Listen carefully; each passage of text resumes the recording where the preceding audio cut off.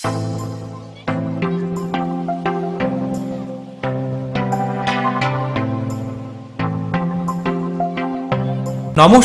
আমি সুকৃতি দান। আশা করি আপনারা সবাই ভালো আছেন। আপনারা সবাই দেখছেন অ্যাস্ট্রো সলিউশন। আজকে আমি আলোচনা করব যে মীন রাশির অলরেডি সাড়ে সাতির ফার্স্ট স্টেজ শুরু হয়ে গেল 29শে এপ্রিলের পরবর্তী সময় থেকে। তাই এই শনির সাড়ে সাতির প্রথম স্টেজ শুরু হওয়ার জন্য মীন রাশি বা লগ্নের ক্ষেত্রে কি কি শুভ এবং অশুভ ফল পেতে চলেছেন তা নিয়ে একটা দীর্ঘ আলোচনা করে নেব। মূল আলোচনা আসার আগে আপনাদের জানিয়ে রাখি, অ্যাস্ট্রো সংক্রান্ত নোটিশ পেতে আমার এই অ্যাস্ট্রো সলিউশন চ্যানেলটিকে সাবস্ক্রাইব করুন এবং পাশে থাকা বেল আইকনে ক্লিক করুন। চলে আসি মূল আলোচনায়। দেখুন, আমরা জানি হচ্ছে শনি সব থেকে স্লো মুভিং প্ল্যানেট। সূর্য থেকে অনেক দূরে অবস্থান করার জন্য এর কক্ষপথ অনেক বেশি হয়।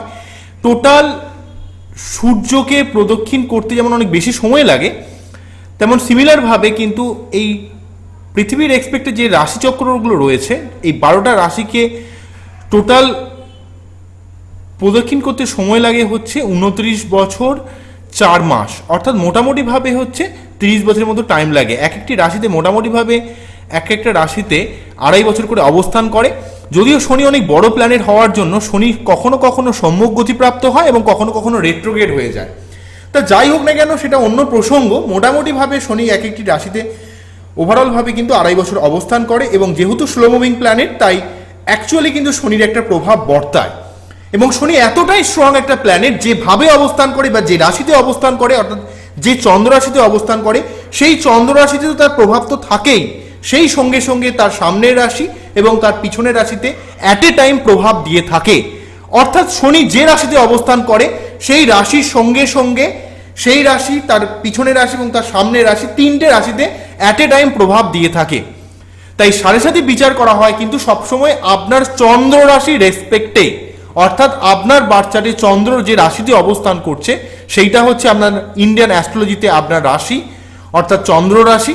সেই চন্দ্র রাশি ওয়াইজ কিন্তু মীন রাশি যাদের রয়েছে, অর্থাৎ যাদের জন্মকালীন সময়ে চন্দ্র মীন রাশিতে রয়েছে, তাদের ক্ষেত্রে কিন্তু শনির সাড়ে সাতির ফার্স্টে শুরু হচ্ছে। এটা কিন্তু মনে রাখতে হবে। অন্যদিক থেকে দেখতে গেলে দেখুন, শনি হচ্ছে অ্যাকচুয়ালি কিন্তু পরিশ্রমী, ন্যায়পরায়ণ, ধার্মিক, পরম যোগী, পরম ত্যাগী এবং পরম পবিত্র একটা গ্রহ, যে কিন্তু অ্যাকচুয়ালি মানুষের কর্মফলের উপর বেশ করে কিন্তু ফলাফল দেওয়ার চেষ্টা করেন। যে মানুষ পরিশ্রম করে, যে যার কর্মের ব্যাপারে সর্বাগ্যভাবে অবিচল, যে কর্মের প্রতি তার প্রচণ্ড ধ্যান রয়েছে, সবসময় পরিশ্রম করে চলেছে, নিষ্ঠাবান রয়েছে, সৎ পথে চলছে, তাদের ক্ষেত্রে কিন্তু শনি সবসময় একটা শুভ ফল দেওয়ার চেষ্টা করে। তবে কন্ডিশন একটাই, বাচ্চাটি কিন্তু শনি গ্রহকে কিন্তু অবশ্যই স্ট্রং থাকতে হবে। শনিকে কোনোভাবে পীড়িত থাকলে হবে না, শনি গ্রহকে কোনোভাবে দুস্থানগত থাকলে হবে না, শনিকে কোনোভাবে রাহু দ্বারা পীড়িত থাকলে হবে না। তবে জেনারেলভাবে শনি যদি স্ট্রং থাকে, মানুষের মধ্যে একটা ধৈর্য, অধ্যাবসায়, পরিশ্রম করার ক্ষমতা, মানুষকে কিন্তু সৎ পথে জীবনে কিন্তু উন্নতি করার ক্ষমতা কিন্তু প্রদান করে। তবে যাই হোক না কেন, শনি সবসময় যেহেতু একটা স্লো মুভিং প্ল্যানেট, সবসময় কিন্তু মানুষের কর্মের উপর বেশ করে ফলাফল দেওয়ার চেষ্টা করে। শনি কিন্তু সবসময় মানুষকে দেখে, মানুষ কতটা বাস্তববাদী, মানুষ কতটা পরিশ্রমী, মানুষ কতটা ডিসিপ্লিন পথে চলছে। কেননা এখানে শনি কিন্তু একটা কঠোর টিচার।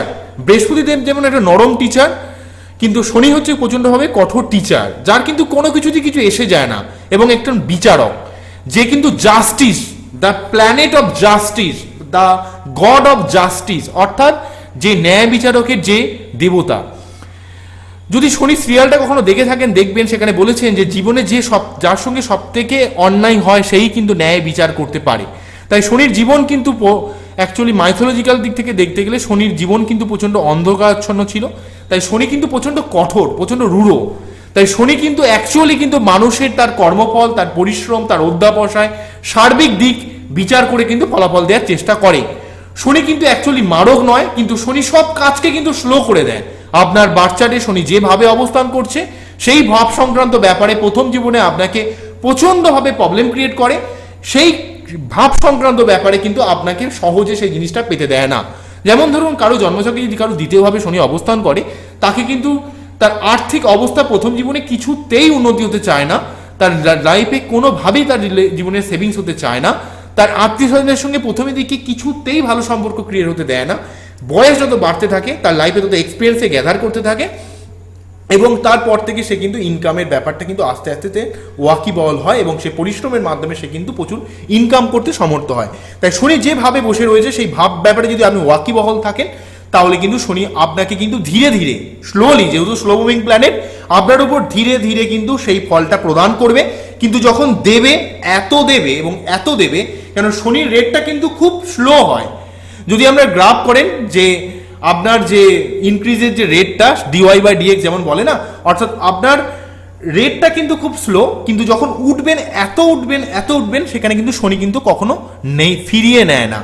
সুতরাং শনি সবসময় কিন্তু আপনার কর্মফলের উপর বেশ করে, আপনার অধ্যাবসায়ের উপর বেশ করে, আপনার ডিসিপ্লিনের উপর বেশ করে কিন্তু জেনারেলভাবে শুভ ফল দেওয়ার চেষ্টা করে। তবে একটা কন্ডিশন মনে রাখতে হবে, শনি কিন্তু মানুষকে কিন্তু বাজিয়ে নেয়, মানুষকে দেখে নেয়।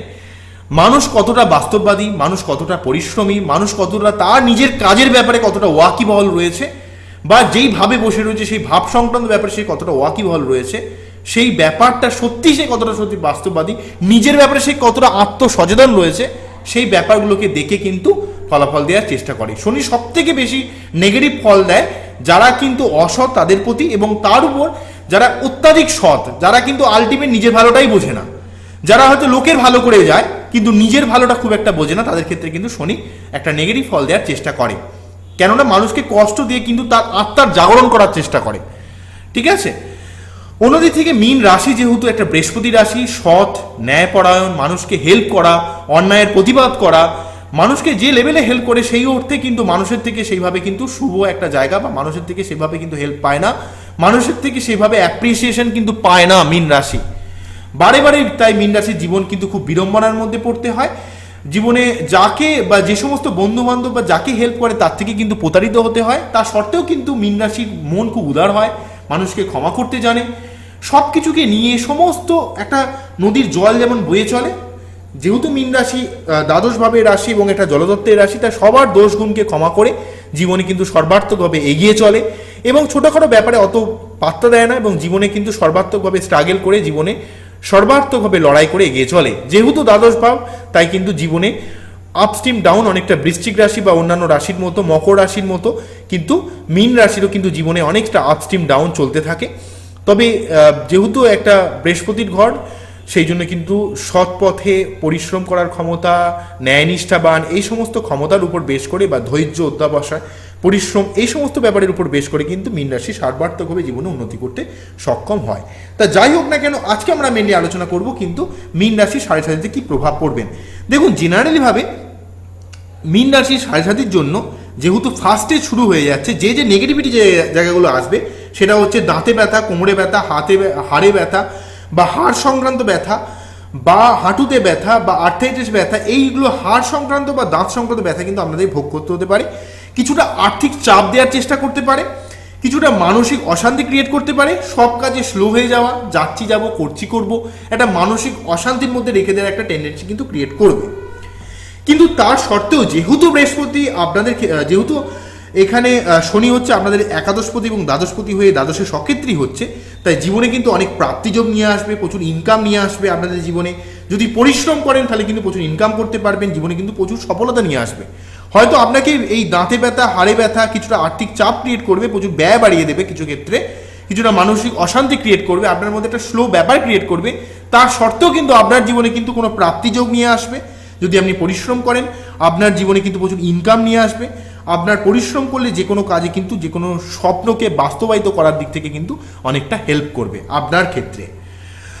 অন্যদিক থেকে যেহেতু দ্বাদশভাবে এখানে আপনাদের রাশির ক্ষেত্রে অবস্থান করছে, দ্বাদশপতি দ্বাদশে অবস্থান করার জন্য অনেকটা ব্যয়কে নিয়ন্ত্রণ করার চেষ্টা করবে, কিন্তু তার সত্ত্বেও কিছুটা ঘুম সংক্রান্ত প্রবলেম ক্রিয়েট করবে, ঘুমের ডিস্টারবেন্স ক্রিয়েট করবে, শয্যাসুখে কিছুটা হানি করবে। আপনাদের অর্থকে কিন্তু অনেকটা ইনকাম করাবে, কিন্তু কিছুটা খরচকে বাড়িয়ে দেবে, বা বাড়ির পরিবারের রিলেটেড কোনো ব্যাপারে, কারো হসপিটাল রিলেটেড খরচ, কারো অসুস্থতা হয়ে যাওয়ার জন্য খরচ কিন্তু কিছুটা বাড়িয়ে দিতে পারে। এই ব্যাপারে কিন্তু আপনাদের সচেতন হতে হবে। দ্বিতীয়ভাবে, এক তো রাহু অবস্থান করছে, তার উপর শনির একটা দৃষ্টি আসছে আপনাদের রাশির এক্সপেক্টে, তাই কিছুটা আর্থিক চাপ কিন্তু ক্রিয়েট করবে, আত্মীয় স্বজনের সঙ্গে কিছুটা মনোমালিন্য বা একটা শীতল অবস্থা তৈরি করবে। অন্যদিক থেকে নবমভাবে দৃষ্টি পড়ার জন্য, ভাগ্য ব্যাপারের জন্য আপনাকে যথেষ্ট পরিশ্রম করতে হবে। তাই এই সমস্ত ব্যাপারে কিছুটা নেগেটিভিটি এলেও, শনি যেহেতু আপনাদের ক্ষেত্রে একাদশপতি সক্ষেত্রী হচ্ছে, আপনাদের ক্ষেত্রে কিন্তু অনেকটা গার্ড দেবে, অনেকটা আমাদের প্রাপ্তিযোগের ক্ষেত্রে, অর্থ ইনকামের ক্ষেত্রে কিন্তু অনেকটা শুভ ফল দেওয়ার চেষ্টা করবে, ব্যয়কে নিয়ন্ত্রণ করার চেষ্টা করবে। কিন্তু যেহেতু এখানে শনির সাড়ে সাথী মীন রাশির ক্ষেত্রে খুব একটা ভালো হয় না। তবে মীন রাশির ক্ষেত্রে সাড়ে সাতির প্রথম ফেজটা খুব একটা নেগেটিভ হয় না। মীন রাশির ক্ষেত্রে দ্বিতীয় ফেজটা কিন্তু একটু সাংঘাতিক হয়ে যায়। দ্বিতীয় ফেজটা কারণ পুরোপুরি রাশির উপর ডিরেক্টলি প্রভাব দেয়, তখন কিন্তু মানসিক অশান্তিটাও কিন্তু অনেক গুণে বেড়ে যেতে পারে। এখন কিন্তু অতটা মানসিক অশান্তি নয়, কিছুটা আর্থিক চাপটা কিন্তু কিছুটা ক্রিয়েট করবে, কিছুটা হাড়ের ব্যথা দাঁতের ব্যথাটার জন্য মেনলি প্রবলেমটা আসছে, অন্যদিক থেকে কিন্তু খুব একটা প্রবলেম আসবে না। আচ্ছা, যে কথাগুলো বললাম সেই সঙ্গে আমাদের একটা কথা বলতে হবে, সাড়ে সাতি পড়লেও শনি কিন্তু আপনাদের দিক থেকে, আর্থিক দিক থেকে, আপনার পাবলিক ভ্যালুর দিক থেকে, আপনার প্রাপ্তিযোগের দিক থেকে, আপনার স্বপ্ন বাস্তবায়িত করার ক্ষেত্রে, আপনার বিবাহ হওয়ার ক্ষেত্রে, আপনার কোনো কর্মপ্রাপ্তির দিক থেকে, কোনো চাকরি পাওয়ার দিক থেকে, কোনো কর্মে ইনক্রিমেন্টের দিক থেকে কিন্তু শুভ ফল দেওয়ার চেষ্টা করবে। যদি আপনার বাচ্চাটি শনি ভালো থাকে, যদি আপনি বাচ্চাটি যেখানে শনি রয়েছে সেই ব্যাপারে যদি পরিশ্রম করেন, বা এই সমস্ত ব্যাপারে যদি আপনি পরিশ্রম করেন, অবশ্যই কিন্তু আপনারা শুভ ফল পেতে চলেছেন। অন্য দিক থেকে যে ব্যাপারটা আমাদের বলবো সেটা হলো, মেইন যে ব্যাপারটা বলবো সেটা হলো শনির সাড়ে সাতির জন্য যেই নেগেটিভিটিটা আসছে, অর্থাৎ আপনার মানসিক অশান্তি, কোমরে ব্যথা, দাঁতে ব্যথা, হাড়ে ব্যথা, কিছুটা আর্থিক চাপ, কিছুটা সব কাজে স্লো হয়ে যাওয়া, এই নেগেটিভিটিগুলো থাকলেও যেহেতু আপনার রাশির উপর কিন্তু বৃহস্পতি অবস্থান করছে এবং বৃহস্পতি হচ্ছে আপনার রাশিপতি, সুতরাং সমস্ত নেগেটিভিটিটা কিন্তু সেই অর্থেও কিন্তু বিরাজ করবে না। সাড়ে সাতি চললেও অনেক অংশ থেকে আপনাকে কিন্তু গার্ড দেবে বৃহস্পতি সর্বাত্মকভাবে। যেহেতু এখানে শনির দ্বিতীয় বৃহস্পতি অবস্থান করছে, তাই সাড়ে সাতির ফার্স্ট স্টেজটা এতটাও নেগেটিভ হবে না, অনেকটাই পজিটিভ পাবেন। যে পজিটিভ যে ফলটা কিন্তু শনির থেকে পাবেন সেগুলো তো পাবেন, সেই সঙ্গে কিন্তু নেগেটিভ প্রভাবটা কিন্তু বৃহস্পতি আপনাদের উপর কিন্তু অনেকটা কাটিয়ে দেওয়ার চেষ্টা করবে। কেন কাটিয়ে দেওয়ার চেষ্টা করবে?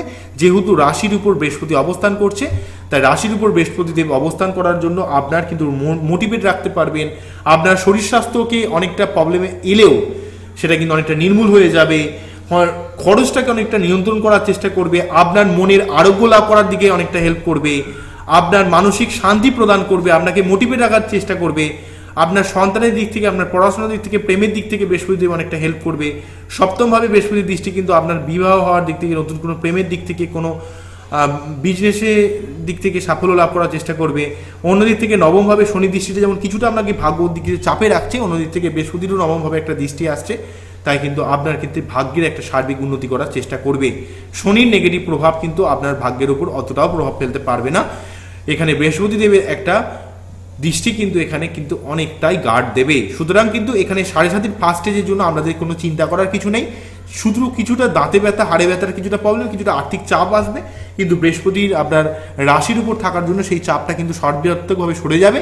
এবং সেই অর্থে কিন্তু সাড়ে সাতির জন্য, সাড়ে সাতি চললেও আপনারা যদি পরিশ্রম করেন তাহলে কিন্তু প্রচুর অর্থ ইনকাম করতে পারবেন, জীবনে কিন্তু প্রাপ্তিযোগ আপনাদের জীবনে নিয়ে আসবে, এটা কিন্তু মনে রাখবেন। এবং এই সাড়ে সাতি যেহেতু চলছে, অলরেডি শুরু হয়ে গেছে, প্রথমে এই সাড়ে সাতির মোটামুটি 2-2.5 মাস থাকবে, তারপরে আবার যখন শনি মোটামুটিভাবে মকরের ঘরে চলে যাবে, আবার সাড়ে সাতি থেকে আপনারা মুক্ত হবেন। আবার যখন শনি ফিরে এসে আবার যখন কুম্ভ রাশির ঘরে ঢুকবে, তখনই কিন্তু আবার সাড়ে সাতির প্রভাবটা কিন্তু চলবে। যাই হোক না কেন, মোটামুটিভাবে এই সাড়ে সাতির ফার্স্ট স্টেজ মোটামুটিভাবে 2.5 বছরভাবে থাকে। 2.5 বছর ধরে থাকার জন্য আপনারা কিন্তু এই স্টেজে 2.5 বছরের প্রভাব কিন্তু এই ব্যাপারে কিছুটা নেগেটিভিটি পেলেও কিন্তু অতটাও নেগেটিভিটি পাচ্ছেন না। তাই আপনারা কিন্তু যেহেতু সাড়ে সাতি মোটামুটিভাবে আপনাদের শুরু হয়ে যাচ্ছে, আপনারা কিন্তু শনিবার অবশ্যই নিরামিষ খেতে চেষ্টা করুন, এবং আপনার বাচ্চাটি শনি যেখানে অবস্থান করছে সেই শনিকে স্ট্রং করার চেষ্টা করুন। সেই ভাব সংক্রান্ত ব্যাপারে আপনি ওয়াকিবহাল থাকুন। এবং আপনার যদি শনির লগ্ন হয়, ধরুন মকর লগ্ন, কুম্ভ লগ্ন, বা শনি আপনার লগ্নের এক্সপেক্ট যদি শনি শুভ গ্রহ হয়, যেমন ধরুন তুলা লগ্ন, বৃষ লগ্ন, মিথুন লগ্ন, কন্যা লগ্ন, এই সমস্ত লগ্ন, অথবা ধরুন সিংহ লগ্ন বা কর্কট লগ্ন, এই সমস্ত লগ্নের ক্ষেত্রেও কিন্তু শনি অনেক শুভ ফল দেওয়ার চেষ্টা করে। সেই সমস্ত লগ্নের ক্ষেত্রে শনি যদি কোনোভাবে অশুভ থাকে তাহলে কিন্তু শনি অবশ্যই প্রতিকার করার চেষ্টা করুন।